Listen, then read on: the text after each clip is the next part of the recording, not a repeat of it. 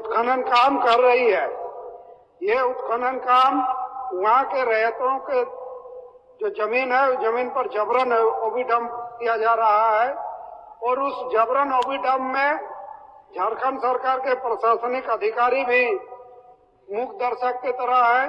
क्योंकि आए दिन इस प्रकार की घटनाएं मैंने पहले दिन आपको अवगत कराया था कि किस प्रकार से लोग अपना जमीन, उनका जमीन है, अधिग्रहण किए बिना उस जमीन पर खनन का कार्य हो रहा है और जब ग्रामीण नियोजन मुआवजे की मांग करते हैं तो अभी कंपनी क्या है कि अलग से अपना लठेत रखी हुई है।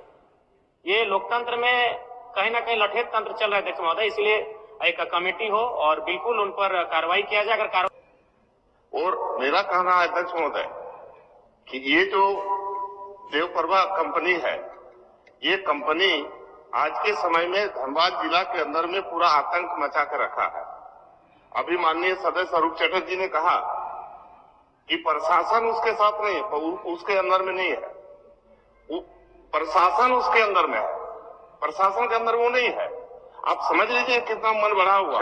और अध्यक्ष महोदय, थोड़ी ये से एक तो है जो रैयतों की जमीन की मुआवजा बिना दिए उस पर बार बार डंपिंग कर रहे हैं, बीसीसीएल मैनेजमेंट मुखदर्शक होकर बैठे हुए।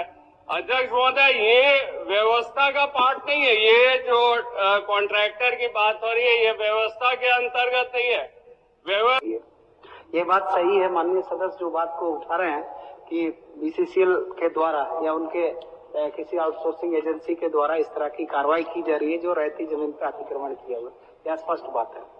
कोयलांचल में महोदय आए दिन इस तरह घटना विस्थापितों के साथ हो रहा है, रैयतों के साथ हो रहा है कि बगल में ही बीसीसीएल के गोंदुटी में 3 महिला महोदय महीना 2 महीना के पहले जमीन दोज हो गया, उसके बाद भी बीसीसीएल जो है नकार देती है। इसलिए माननीय मंत्री जी ने जो जवाब दिया है कि जो आप पर नियमन देने का, निश्चित रूप से समिति बनाए और आगे बढ़े महोदय। ऐसे तो कि सरकार को भी लोग चैलेंज कर रहे हैं, मैंने प्रशासन उसकी व्यवस्था के अंदर आ रही है, तो बहुत गंभीर आरोप है अध्यक्ष महोदय, और ऐसा कभी विभाग या सरकार बर्दाश्त नहीं करेगी। इसलिए हम लोग आने वाला दिन में भूमि जांच पड़ताल आयोग भी जरूर करेंगे। मैं इस संदर्भ में कहना चाहता हूँ पूरे राज्य के परिप्रेक्ष्य में, लेकिन इस स्पेसिफिक विषय पर मेरा भी आग्रह होगा अध्यक्ष महोदय की विधानसभा कमेटी आप जरूर बनाए और निष्पक्ष जांच हो।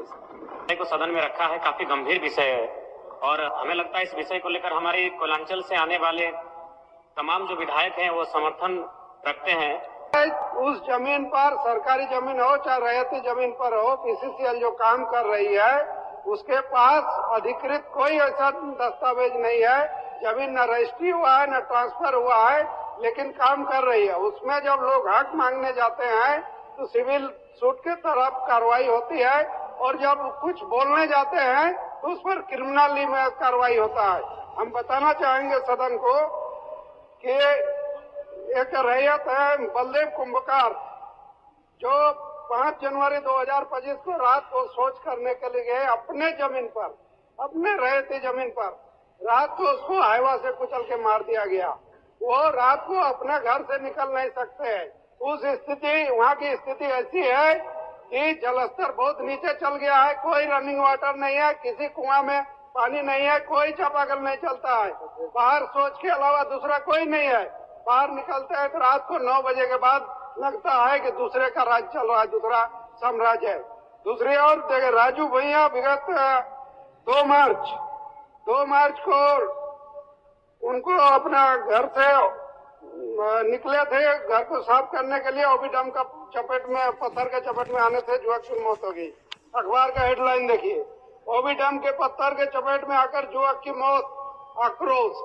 ये जो स्थिति है, मेरा कहना है कि राज्य सरकार का उसमें दखल हो, राज्य सरकार उस पर कमेटी बनाए या फिर बीसीसीएल के सीएमडी, डीपी जितने पदाधिकारी हैं उन लोग को बुला करके स्थिति स्पष्ट करने का